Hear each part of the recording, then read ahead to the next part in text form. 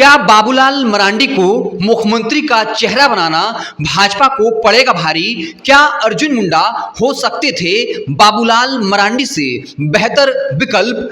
शुरुआती दौर में जब लोकसभा चुनाव में आदिवासियों के लिए पांचों रिजर्व सीट भाजपा हार गई, एनडीए हार गई और उसके बाद अर्जुन मुंडा भी चुनाव हार गए, तब खबर ये आई कि क्या बाबूलाल मरांडी की जगह अर्जुन मुंडा के नेतृत्व में भाजपा चुनाव लड़ना चाहेगी। लेकिन झारखंड चुनाव प्रभारी शिवराज सिंह चौहान और सह प्रभारी हेमंत बिस्व शर्मा ने इस बात का ऐलान कर दिया, ये घोषणा कर दिया कि एनडीए अपना चुनाव बाबूलाल मरांडी के नेतृत्व में ही लड़ेगी ताकि भाजपा के नेताओं के अंदर कोई कंफ्यूजन नहीं रहे। साफ तौर पर भाजपा आलाकमान ने इशारा कर दिया, अगर झारखंड में एनडीए की सरकार बनती है तो बाबूलाल मरांडी जो है वो मुख्यमंत्री का चेहरा होंगे। लेकिन सवाल यही है, क्या बाबूलाल मरांडी आदिवासियों का वोट ट्रांसफर कराने का मादा रखते हैं? अगर रखते हैं तो फिर लोकसभा चुनाव में परिणाम पक्ष में क्यों नहीं आए?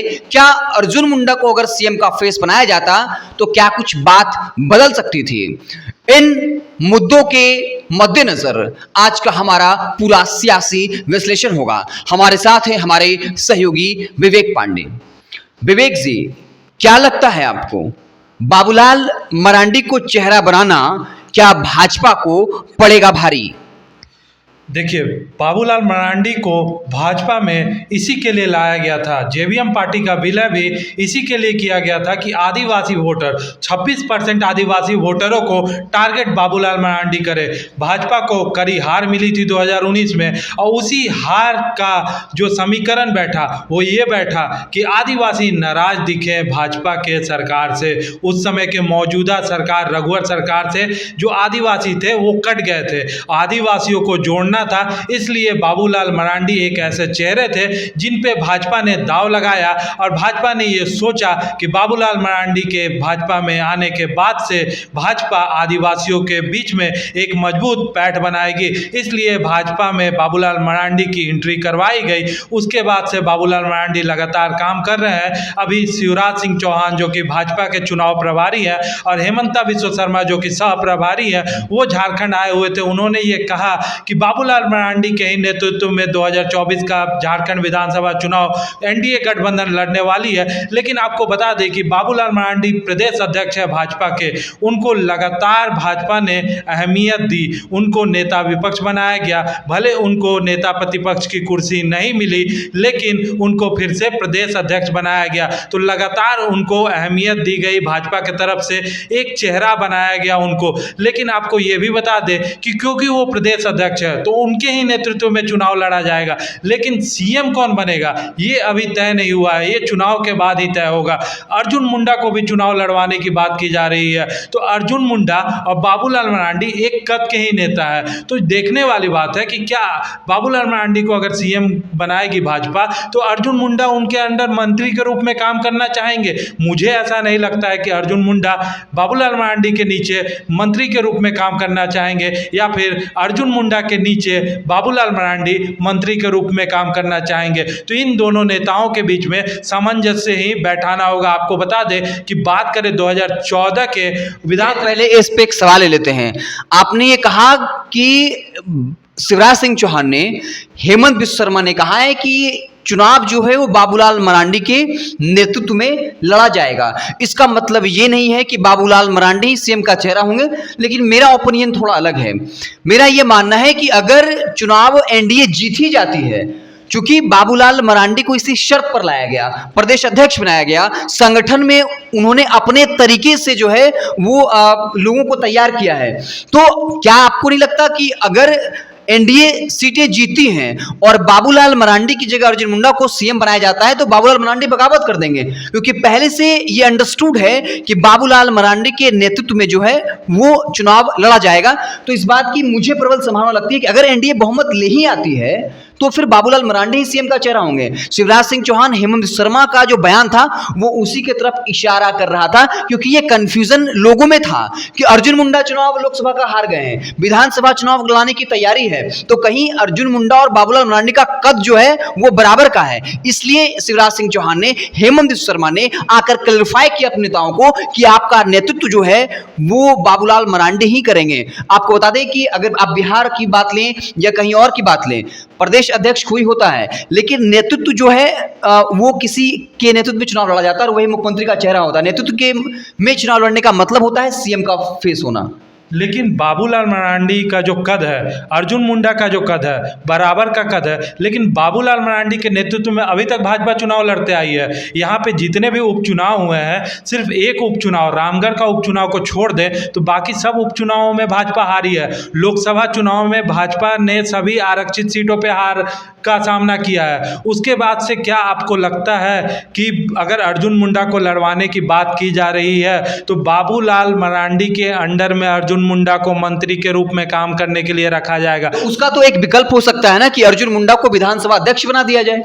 ये भी हो सकता है कि बाबूलाल मरांडी को विधानसभा अध्यक्ष बनाया जाए, ये भी हो सकता है, इसमें कोई दो राय नहीं है। अर्जुन मुंडा को पहले भी सीएम बनाया गया, बाबूलाल मरांडी को हटा के ही अर्जुन मुंडा को सीएम बनाया गया।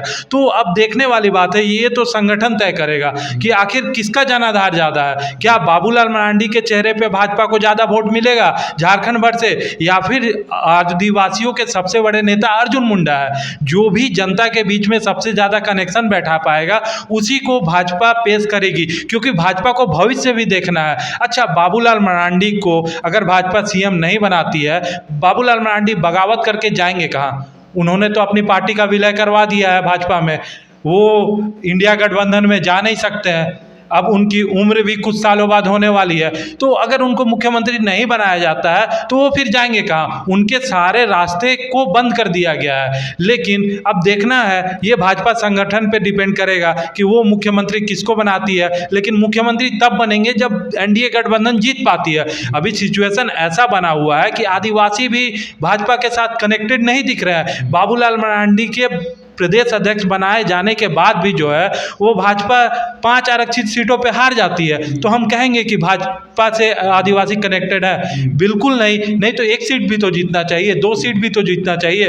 तो कुछ रिजल्ट निकल के सामने नहीं आया। बाबूलाल मरांडी का कद बढ़ाने के बाद भी कुछ रिजल्ट, एट द लास्ट हम लोग रिजल्ट की बात करते हैं, तो रिजल्ट निकल के सामने नहीं आया। शायद यही वजह है कि अर्जुन मुंडा को फिर से विधायकी का चुनाव लड़वाया जा रहा है, क्योंकि भाजपा एक विकल्प की तलाश कर रही है। बाबूलाल मरांडी से आदिवासी वोटर, सभी आदिवासी वोटर्स कनेक्टेड नहीं है, तो कोशिश की जा रही है कि जो भी आदिवासी नेता है उनका भी कद बढ़ाया जाए भाजपा में। और अर्जुन मुंडा क्योंकि एक बड़े फेस है झारखंड के, उनके ही नेतृत्व में 2014 का जो चुनाव है विधानसभा का वो लड़ा गया था, लेकिन वो हार गए थे। एक चीज का काउंटर एक ही हो जाएगा कि अगर बाबूलाल मरांडी आदिवासी वोट को नहीं ट्रांसफर करा पा रहे हैं तो अर्जुन मुंडा की बात करते हैं, लेकिन जिन मतों के अंतर, जितना मतों के अंदर से चुनाव जीते वो काफी कम था 2019 में।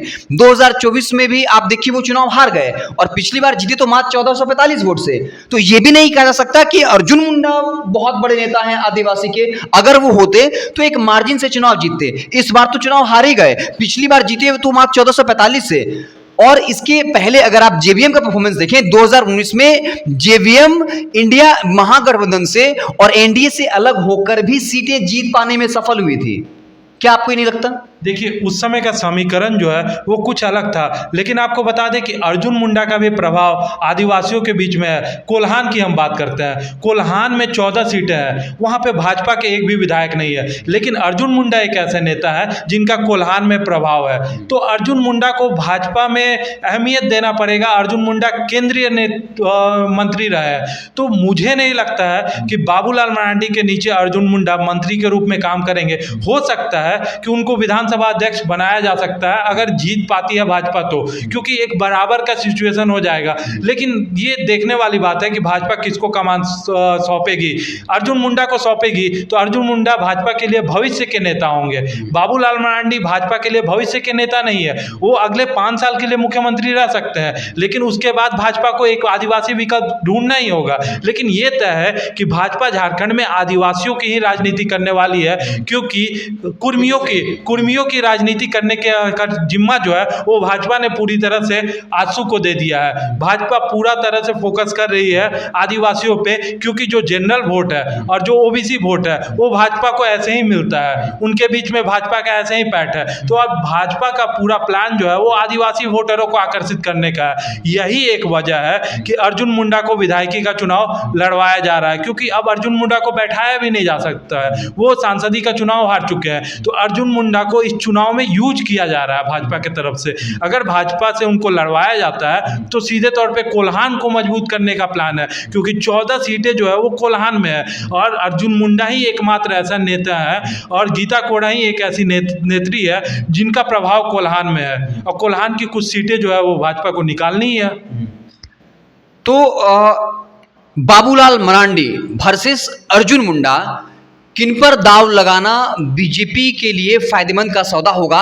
हालांकि भाजपा कमान ने साफ आदेश दे दिया है कि भाजपा जो है, एनडीए जो है, वो बाबूलाल मरांडी के नेतृत्व में चुनाव लड़ेगी, क्योंकि जब खूंटी से अर्जुन मुंडा चुनाव हारे और ये खबरें आई कि भाजपा जो है वो बड़े से बड़े आदिवासी नेताओं को, खासकर उन तमाम 5 सांसद प्रत्याशी को जो चुनाव हारे इस बार रिजर्व सीट से, उनको भी विधानसभा में चुनाव लड़ा जाएगा, ताकि कम से कम 5 सीट वो नेता जीत पाए जिन विधानसभा से उन्होंने लीड किया है।